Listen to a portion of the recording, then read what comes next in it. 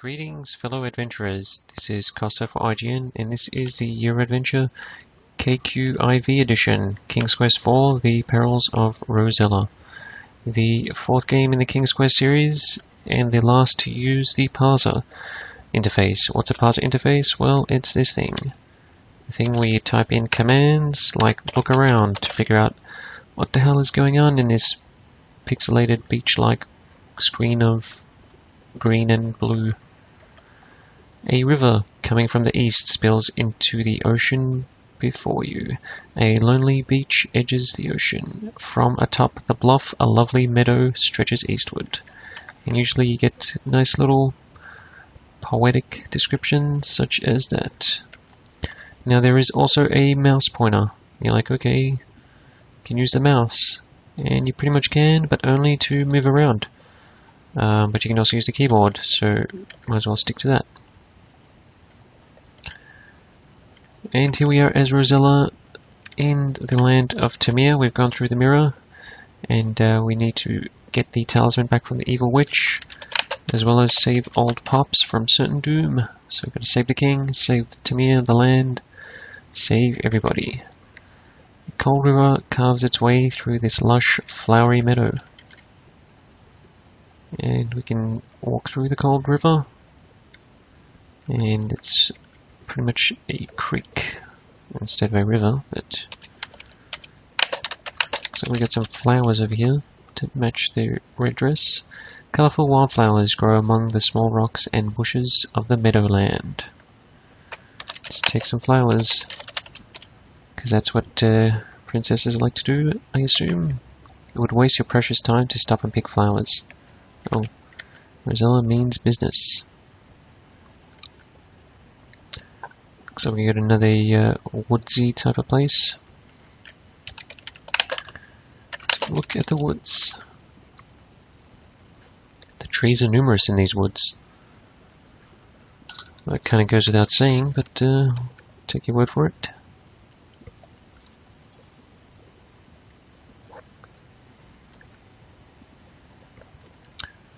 Looks like we've got some sort of cave.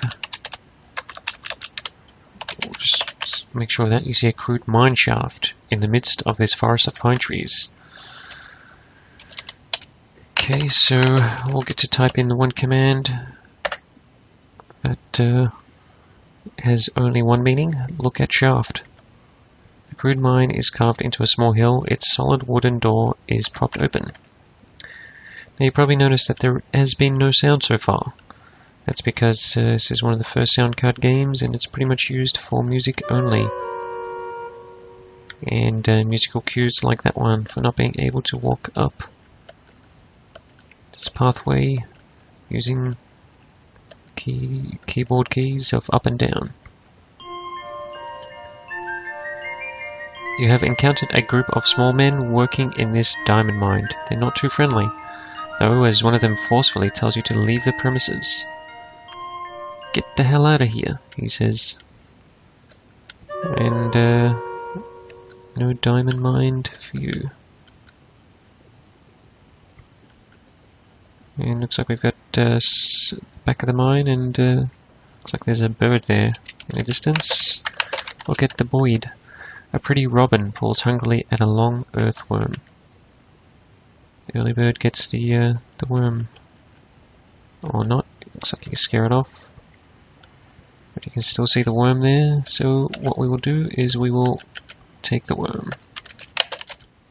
Take worm. You can't do that now. Oh, the worm's gone. Oh well, looks like we missed out on the worm.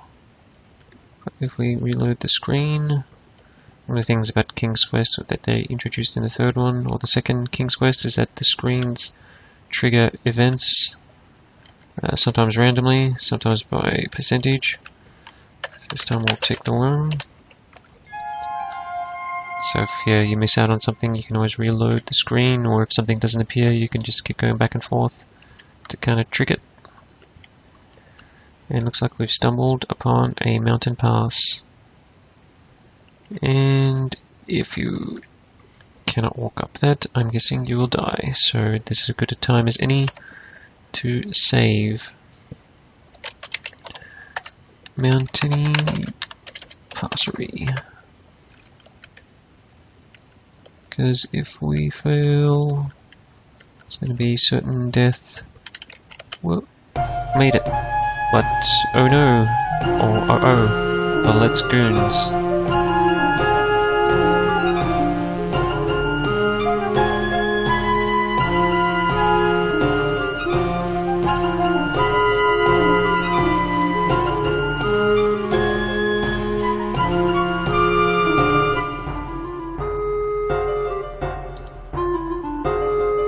Well, my pets, Lolotte hisses, what have you drug home today? Lolotte gives you the once-over, and as she does, her red eyes begin to narrow. Are you a foolish girl who wandered here by mistake, or are you a spy sent here by my enemy, Genesta? You swear to Lolotte that you are nothing but a poor peasant girl who has lost her way, but she doesn't seem to believe you, as her mouth begins to snarl and her eyes narrow to mere slits. And you can't really blame her because you pretty much are lying. For the first time, you experience real fear and begin to tremble. Oh, she didn't buy the pack of lies that you're trying to sell. Lolotte snarls, you don't look stupid enough to have wandered here.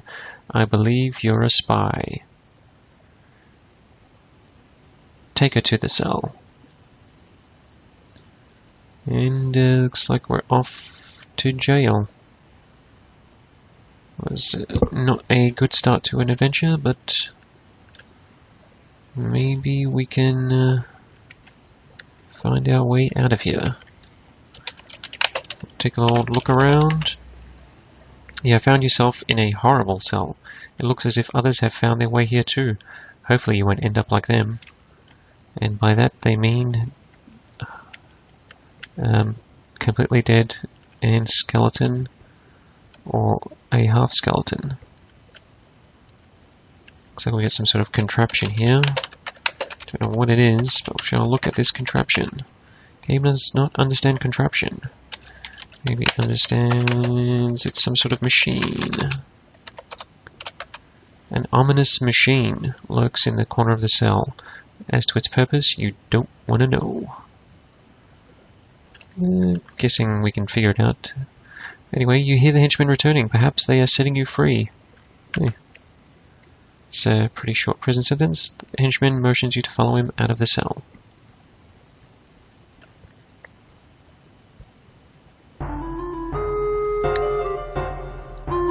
Lolotte gives you a sickly sweet look. You're lucky, my dear, she coos. My precious son Edgar has taken a liking to you, and he believes you. He's convinced me to give you a chance to prove your innocence. You glance at the homely young man standing next to Lolotte. He blushes. And he goes from green to red.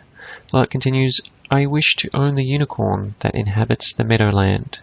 Hey, we were just there. Bring me the unicorn, and I shall not only set you free, but reward you as well. To a henchman, Lolotte orders go. Take her back to the forest.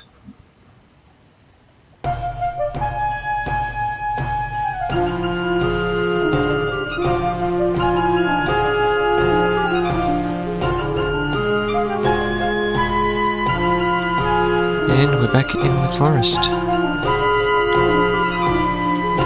Looks like we're going to find ourselves a unicorn to appease Lolotte. Whoa. Doesn't look like a friendly place. And if it's not a friendly place, it means save. Scary trees.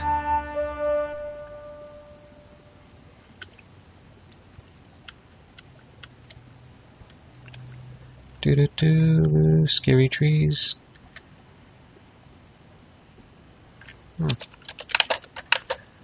Look at the tree. Vicious looking trees, aren't they? Best stay clear of them. Uh-oh. Time to leave this mortal world. Not only do you die, but you die in a pun sort of way. Roberta says, thank you for playing King's Quest IV, The Perils of Rosella. Next time be more careful. And that's game designer Roberta Williams. Fair enough. We should have listened to the advice and stayed away from those trees, and so we shall.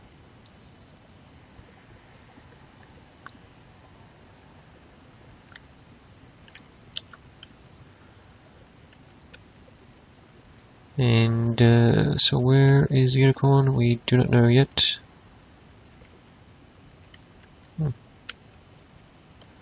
We've got a, this looks like a friendly sort of house. Let's check it out. The roots of this great tree envelop a little snug house. Smoke lazily curls from its chimney, and an old rustic water wheel rests beside the river. Indeed, that's a rustic wheel. Open door. Boy, this place is a mess. This is the main room of the dwarf's cozy treehouse. What a mess it is. Indeed it is. Got dishes piled in the sink, dishes on the table. These guys are filthy. But you got something on the stove. Or, let's look at the pot. Pot of soup, bubbling over a cheery fire. Take soup. Soup doesn't belong to you. Honesty, honest Rosella doesn't take soup. The bedroom is just as messy.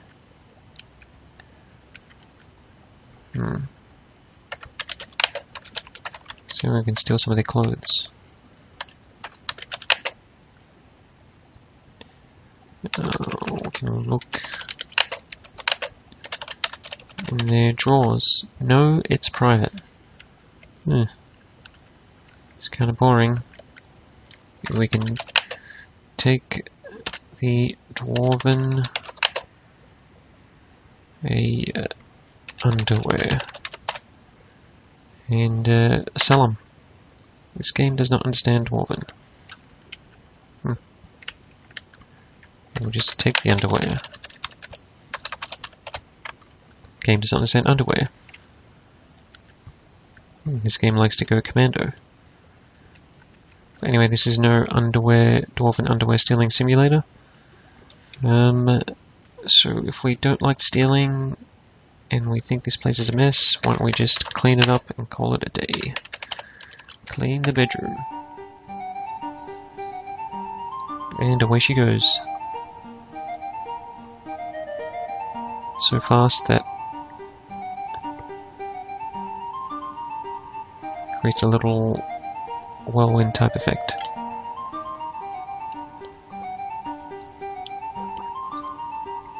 And not only the bedroom too, she's going to clean the kitchen. Washing dishes. And even sweeping.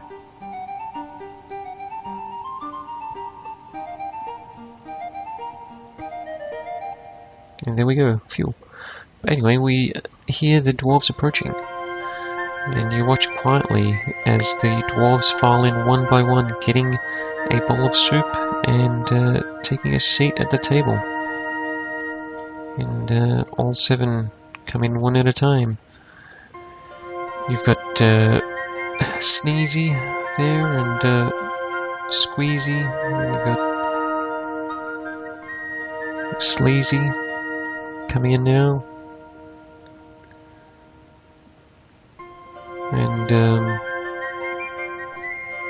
Bob the dwarf.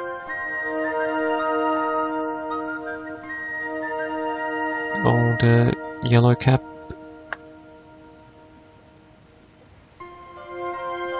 Getting his bowl of soup. And you got Mr. Goldbelt getting his bowl of soup. And finally you've got Lasty the dwarf. Last guy in. And this dwarf must really be hungry. He's getting 2 bowls of soup. What a fat, greedy little dwarven SOB. 2 bowls of soup. The 7 dwarfs seem very pleased that you tidied their messy home. One politely asks you your name. You tell him. And he cordially invites you to sit down with him and eat the bowl of soup he got for you. And looks like we jumped the gun a bit there because that soup was for Rosella. You sit yourself at the table and begin to eat the surprisingly delicious soup. Nothing like a good bowl of soup. And this is pretty much the soup sequence. Let's talk to the dwarves. You politely talk to the dwarf nearest to you. Where are you from, Rosella? He asks. You tell him, Daventry. The dwarf thinks for a moment. Never heard of it. And you continue eating soup. This is probably one of the only games that soup plays a major role. Let's talk some more. Again, you engage in conversation. Is Daventry far from Tamir? The dwarfs wonder. Very far, you tell them. How did you get here? They ask. As you don't want to get into specifics, you tell them, by sea.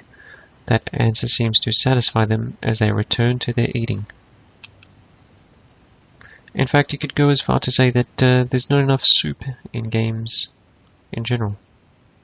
There's a severe soup shortage. Let's talk some more.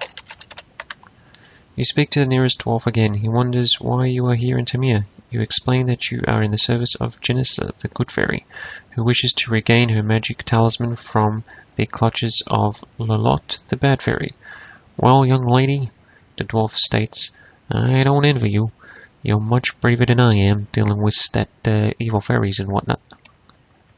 He's also from, they seem to be from New Jersey, these dwarves. And why not we talk some more? You attempt conversation another time, but the dwarves tell you they must hurry and finish their soup, as they need to get back to work before dark. Well, I guess we'll watch them finish their soup. King's Quest IV. The Perils of Rosella. And soup etiquette. Goodbye and thanks for the soup, you call, as they take their leave.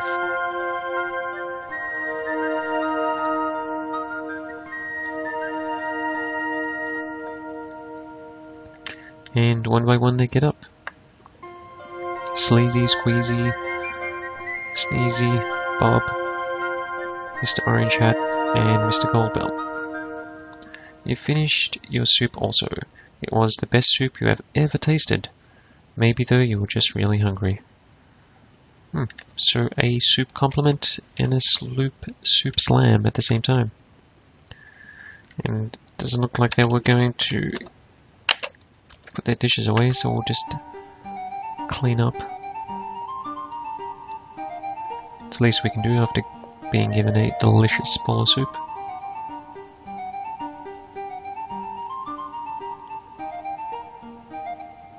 Phew, I hope that's the last of it. It looks like one of the dwarves left something behind. You see a long wooden table. You also notice a blue pouch. Take pouch. Hey, what's in this pouch? You open the diamond pouch and look inside. Many diamonds flash and sparkle from within. Carefully you close it again so as to not lose any. Some diamonds from the diamond mine. Clearly, we've just gone from 0 to super rich hero. And some sort of bridge. A gentle stream meanders its way through the trees. A rustic stone bridge crosses its path.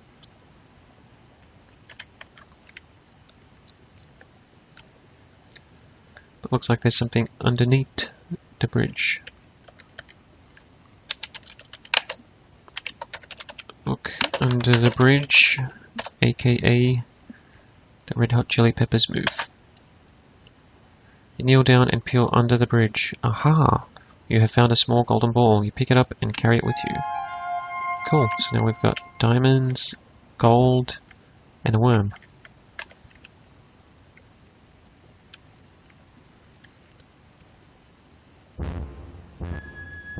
some sort of lily pond. It looks like there's something on it. This is a pretty little pond. Floating upon it are many beautiful water lilies.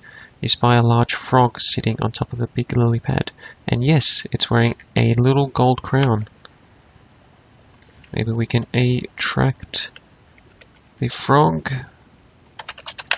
with our newly received golden ball. You accidentally drop the golden ball into the pond. From atop a lily pad, a large green frog leaps into the water and disappears from view. A moment later, the frog emerges with, yes, your lost ball in its mouth. It seems as if the frog is kindly returning your gold ball to you.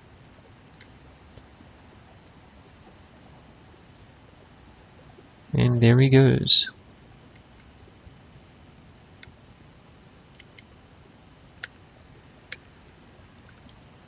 We should pick up the frog. Squinching up your nose in disgust, you catch the large frog and hold it in your hand. It stares at you with its big bulgy eyes and wobbles its throat.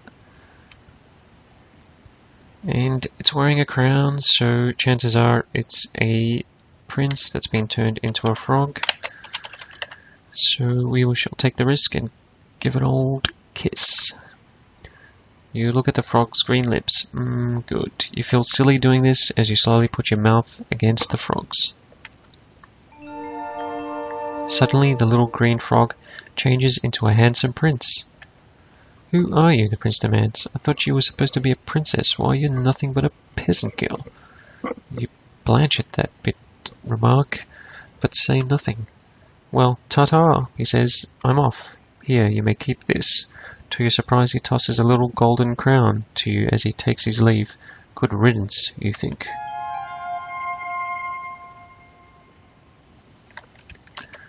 Yes, looks like we got a small crown. Now, might as well retrieve our golden ball.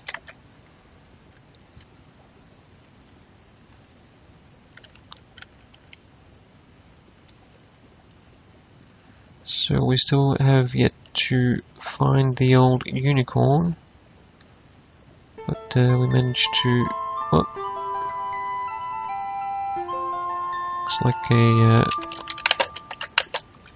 Cupid thing. Cupid appears to be gently ready to go swimming.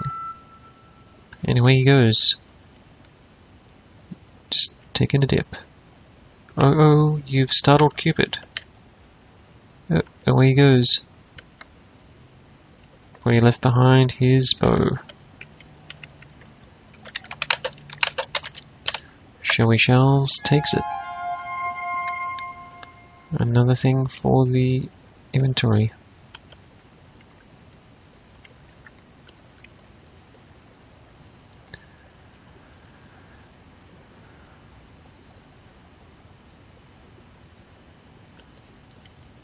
And the unicorn usually appears somewhere around here.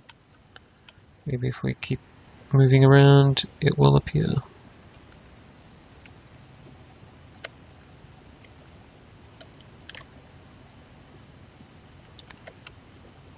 Or not.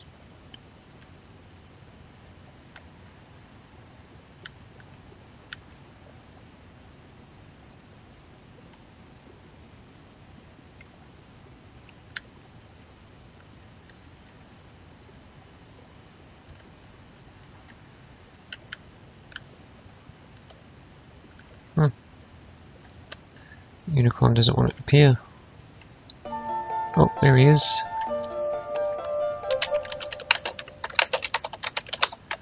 You see a beautiful wild unicorn in the meadow. Its coat is dapple grey and its wonderful horn shines like gold. The unicorn shies at your approach and trots away. Well, maybe we can shoot it quickly. Shoot the unicorn with the bow. You aim one of Cupid's golden arrows towards the beautiful unicorn. You let go of the bow string. Zing! Bullseye! The magnificent unicorn is no longer afraid of you. It's now your friend. Okay, so that's pretty easy. We maybe just ride the unicorn and save the day. Will not do you any good, as you could mount the unicorn but could not guide it. So it looks like we lack the correct unicorn guiding mechanism.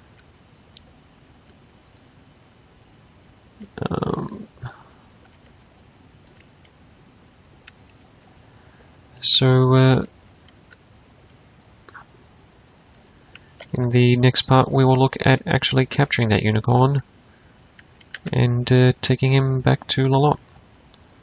So catch you next time for part 2 of KQIV, The Perils of Rosella, aka King's Quest IV.